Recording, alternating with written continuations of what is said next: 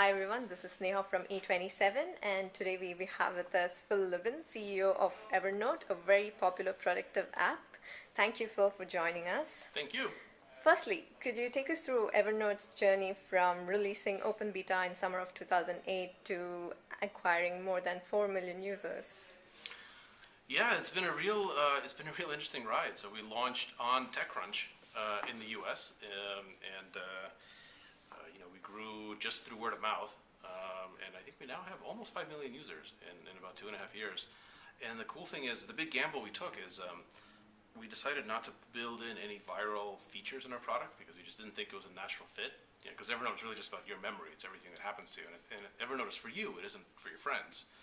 So we didn't really have any viral features, it was a big risk whether or not how fast it would grow because the conventional wisdom is you need to have viral stuff to grow, and we didn't do it. But luckily, it still grows just as fast because it turns out that people already have all the viral features they need on Twitter and Facebook and whatever, and they already tell their friends about stuff they love, and enough of them, I guess, loved Evernote, but that it was still able to keep up that viral growth path. Okay. Recently in a press release, you said that Japanese was the second largest market for Evernote and you launched a subsidiary in Japan. Did you do any localization strategies, other than, of course, changing the language? Did you take any other extra effort to attract more Japanese users? We never really intended to launch in Japan. We started seeing about 9 months ago that our growth in Japan started going even before we had a Japanese localized version. That was all the excuse I needed to come to Japan because I love being in Japan. I love Japanese food. So we went over there and met with a bunch of bloggers and took them out to dinner, and it just started going from there. So then we did localize into Japan, and then we came up with a whole bunch of Japanese partners. We're partners with many big Japanese companies like Sony and Docomo and Canon and Fujitsu. So over the past 6 months, it's grown to be about almost 20% of our users and almost 30% of our revenue worldwide. It's just in one country, and since then we've kind of become almost a half Japanese company. We have dedicated staff there and whatever, but it was all kind of accidental. It was all led by our users and bloggers, so that was great and unexpected. Oh, and how do you find the uptake of Evernote among Southeast Asian consumers so far? Well, we haven't done anything in Southeast Asia yet. That's why I'm in Singapore, to really kind of try to figure this out. So we have our normal organic users that came in through word of mouth. So I think in Singapore we have 25,000 users. I just checked this morning, which is on a percentage basis actually okay. But obviously I want to do much more than that. We have the same kind of users in Indonesia, Malaysia, Australia is actually pretty big because that's they get a lot of the U.S. tech press over there.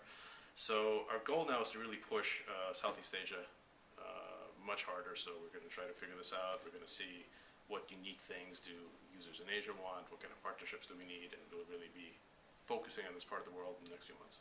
Wow, nice.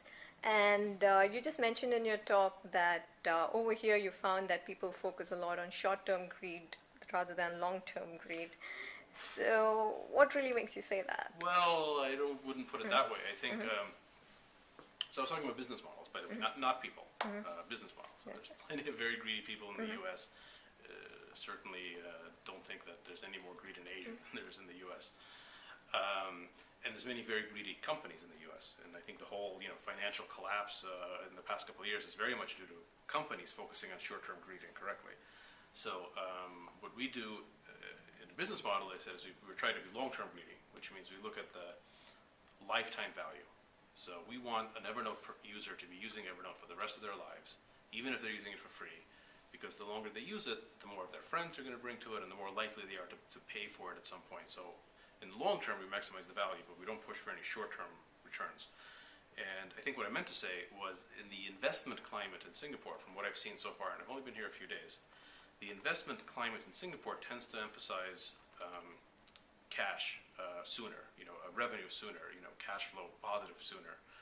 And what that does is it forces, I think, startup companies to try to get revenue maybe before they start building a lot of value, and that could be a hindrance to really growing a successful consumer internet company. Whereas in Silicon Valley, the investors will tend to let you run for a few years longer before you can actually start bringing in money, so you can have a bigger value in the long term. So this was really it was kind of an investment comment, certainly not a comment about general people or society. Okay. So Evernote is one example of a highly successful freemium applications, and in your talk you said, make the best product and charge for it. but we find that a lot of products actually fail at it. Do you think it's because their product isn't the best product out there, or they're failing in their marketing of their product? What would you advise some of these freemium application developers? Well, you know, almost every startup fails. Just the odds are very poor against a startup. You just have to start there. Even an excellent one, chances are it's going to fail. So you know, your expected financial return is really much better if you just get a job. You know, especially in a place like Singapore. You know, get a job. Especially, you know, get a high-paying job if you can. You're going to make more money on average than you are doing a startup. So it's a rough life doing a startup. I wouldn't casually recommend it. But you know, if you're on a mission, if you have to do it, then I think the best thing to do is to focus every energy into making a great product, and really don't focus it on the marketing, and don't focus it on the, you know, channel management and logistics. Focus it on making the best possible product. And if you do that, then the rest of the world and the rest of the internet is set up so that if you make a great product, people will talk about it for free. Bloggers will write about it. You know, your users will tell their friends. People will download it. People will try it. And if people really love it enough, they'll pay for it. So if you focus on making a great product and creating value, you get a lot of marketing and advertising and everything else totally free. For example, you know, we get tens of millions of dollars of value, literally tens of millions of dollars of value, of free advertising just from companies all over the world using the Evernote logo everywhere. Like the Evernote logo appears in, you know, it's on bus stops in Mexico City. It's on, you know, store signs in Tokyo and in, you know, Berlin and in Buenos Aires. It's all over newspapers, and we don't pay for any of this. It's just that, you know, Apple and other companies, they use us in their materials just because enough people love the product. And if we had to pay for that stuff, we couldn't. It would be tens of millions of dollars. And we get it for free because we spent a much smaller amount of money making a great product that other companies want to associate with, that people want to buy. So my advice is, you know, realistically, you're probably going to fail anyway, just because most people do, and you shouldn't set your expectations too high. But your best chance of succeeding is if you put every effort into making the best possible product and don't get distracted by doing anything else. Well, okay. On that note, thank you so much, Phil, for joining us. It was a pleasure talking to you. Great to talk to you.